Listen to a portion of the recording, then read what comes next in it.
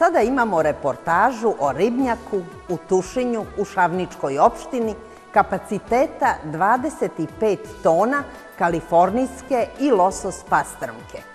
U ovom ribnjaku, koji postoji 7 godina, ističu da se ova losos pastrmka crvenog mesa sve više traži i lako plasira kroz ponudu žabljačkih restorana.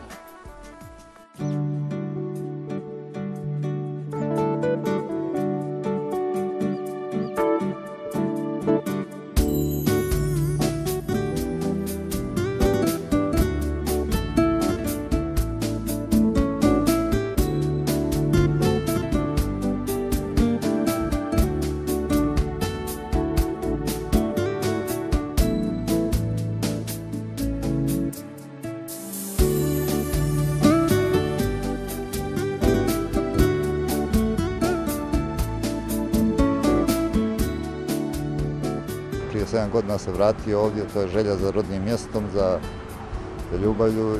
Napravili smo neki preduslov, studiju izvodljivosti, da li je to moguće, i onda smo vidjeli da je moguće ovdje napraviti jedno uzgajalište i uz podršku javnih poziva, prvo Midasa, pa IPARD-a, 2 puta su investicije bile po 70.000, oformili smo ovo uzgajalište.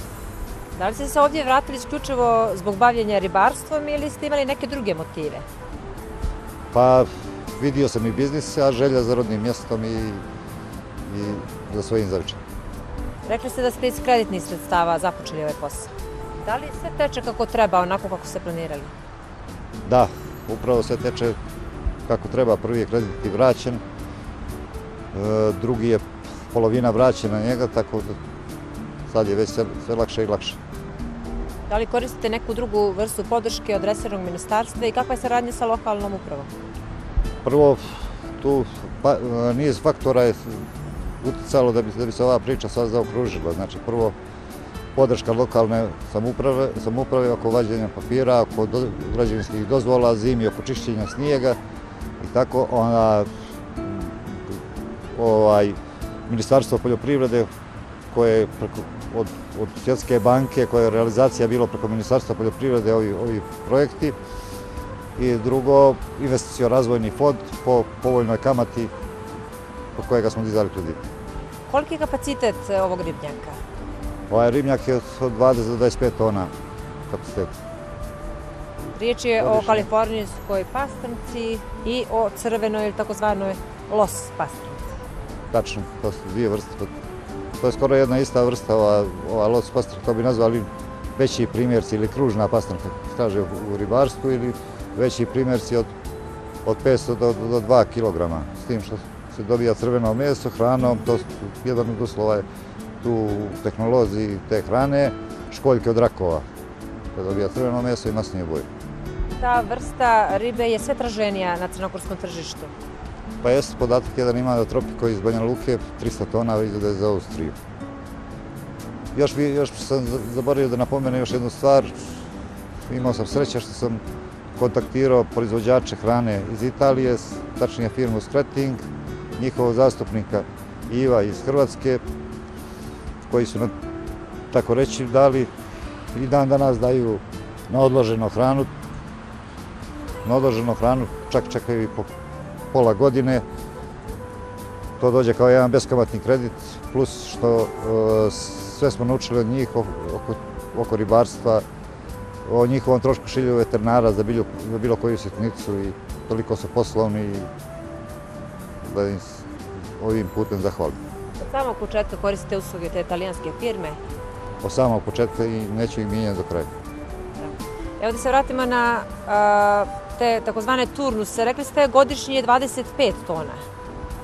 Da, to je godišnja proizvodnja 25 tona, a uvijek ostaje neka zaliha ribe. Nikad ne može da se to prekine, nije kao to piladi da se završi pa da se dođe do kraja. Znači uvijek postoji neka riba koja je dorasta, mada uvijek ne znači zaliha ima ribe, sigurno 7 do 10 tona. Uvijek u ribnjaku ima. Kome prodajete ribu? Riba se plasira najviše žabljaku. Najviše žabljaku, to jest restoranima, ugostiteljskim objektima, nešto Šavniku, pokrivao nešto, mogao bi da radim i sa Herceg Novim, nešto Podgorica, Davnograd i Nikšić.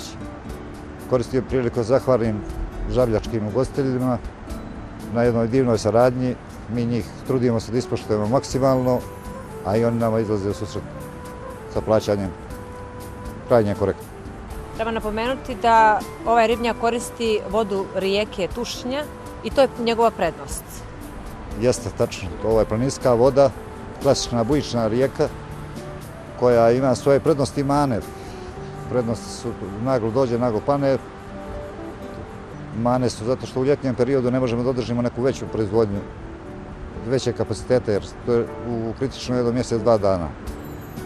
A prednosti su što koristi, zna se da u ovoj rijeci ima potočara riba i ova riba u bazenima isto koristi sve to što koristi potočara.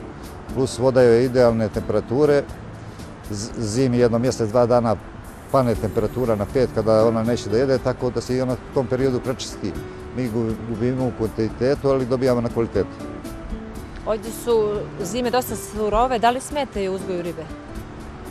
Pa ne smeta nešto posebno, za ribe ne lede bazeni zato što je protočna voda, ali imamo problem sa jeseni, oko lišća, začeplja, rešetke i tako, kao u svakoj proizvodnji, znači odgovornost i rad.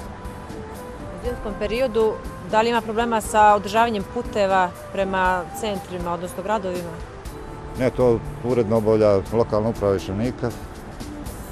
Prošle godine pa nisam ni jedan dan zapamtio da je bilo neprohodno. Imate mrestilište za vaše potrebe?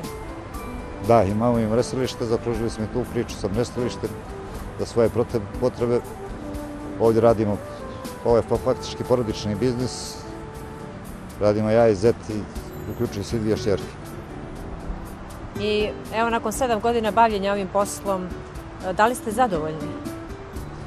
Pa sa ovim poslom sam zadovoljan, može solidno da se živi od ovoga posla, s tim će još i bolje da bude kada se izađe iz ovih kredita, može solidno da se živi, ne može nešto da se obogati čovjek, ali može sasvim skromno da se živi. Iako na ovom području ima više ribnjaka, to je ipak ima prostora za sve. To je zdrava konkurencija. Zdrava konkurencija. Ne svaki ima svoje tržište, svaki ima svoje kupce i daj Bože da nas još više. Bili bi poznati po ribi. A da li planirate da proširite kapacitet? Pa rekao sam i na ovoj lokaciji više se ne može proširiti, zato što mogli bi u jesenje, od sad pa do 7. mjeseca moglo bi da se radi ne znam koliko. A u 8. i 9. mjesec pane voda i tako da ne može. Mogla bi možda neka druga lokacija da bude kilometar nizvodno, kilometar uzvodno i tako moglo da se redi.